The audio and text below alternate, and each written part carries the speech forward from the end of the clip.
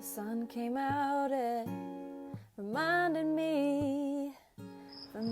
Hello everyone, welcome to our weekly Freeing the Spirit practice. Thanks for coming together to celebrate our theme of humility. This week's theme, humility or being humble, is a quality we all know well for a variety of reasons, but mostly because when we practice humility, it feels good. And when we are in the presence of humility, it feels good just the same. And so today's practice includes a variety of explorations of the theme humility. And we have a variety of music today. We have a song by the band King and Country that celebrates humility by exploring how, when humble, we can find peace and kindness even when we're fearful. When we do not have a lot, we can still be generous. The playlist includes a song by Ray Charles that talks about the gift of life and how it's so much more when love is offered and present in it. And we have a song by Tim McGraw that recognizes the connection between humility and kindness. In our playlist today, we also have a video clip with a little bit of storytelling from one of the perhaps most humble people to ever live, Nelson Mandela, as he talks about the importance of practicing humility or being humble, even when, and maybe most importantly when, we are faced with great challenge. Kathleen is away this week, and so we will combine our mindful moment and our opening song for today's theme of humility with this drum song, which comes from the teaching of the wolf, which represents humility. Let's share in that now.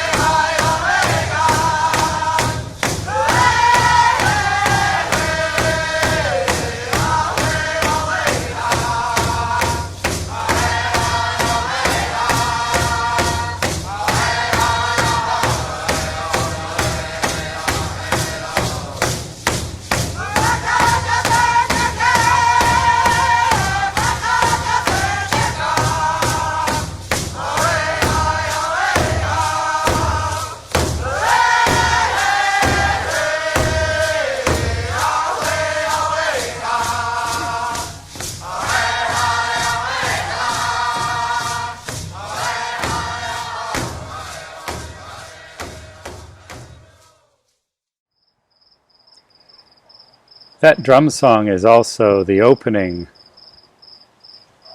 song for this week's Four Directions practice in the Saint Amant community. It inspired this week's theme for Freeing the Spirit, the story of the wolf and its place in practicing and teaching humility in our world.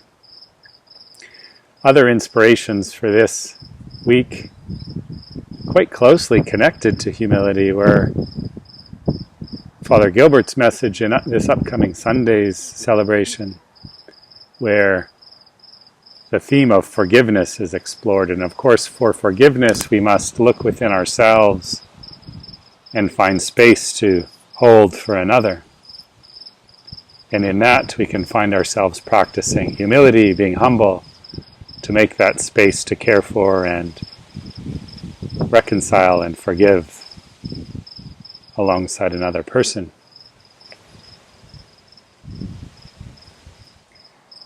This next piece shares a lovely message about humility and its ever-presence in us, or its innate or inherent place in our lives, regardless of what we have to give when we are humble and practice humility.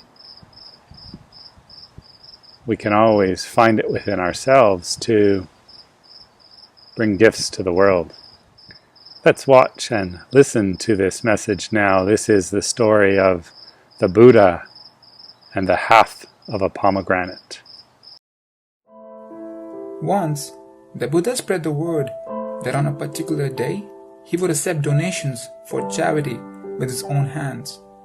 He requested everyone to come with any offerings they wished to be distributed to the poor.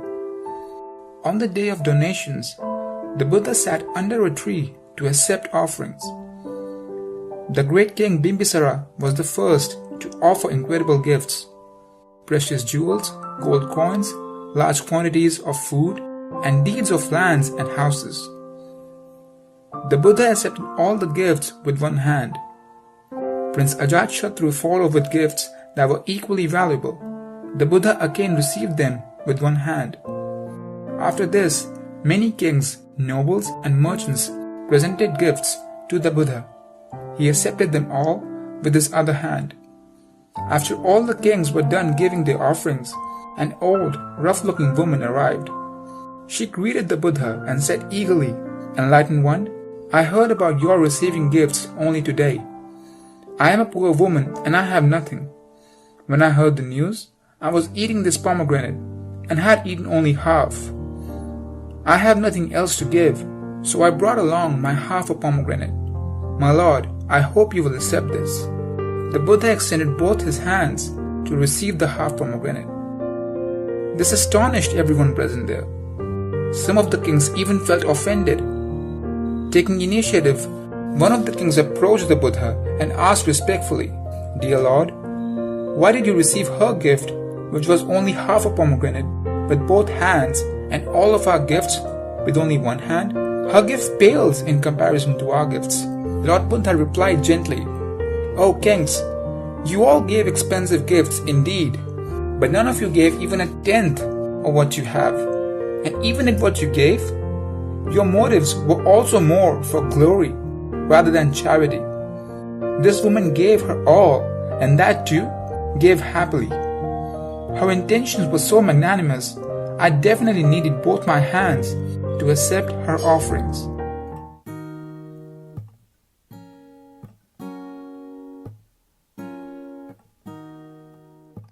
So with that, I wish you well today to continue on in your Freeing the Spirit practice guide with the music and the poetry. May you be blessed with the humility of others. May you be humble yourself when you are able. Take care, be well. I'll see you soon. Bye for now. When you made me laugh, it reminded me all those times we had, they reminded me that I I'm loved and have been loved before.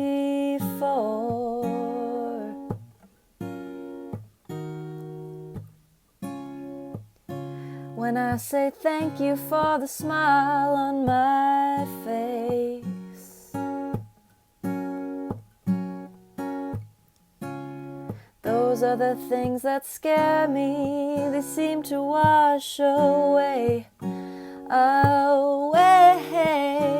and I'm here, I'm safe, I'm loved.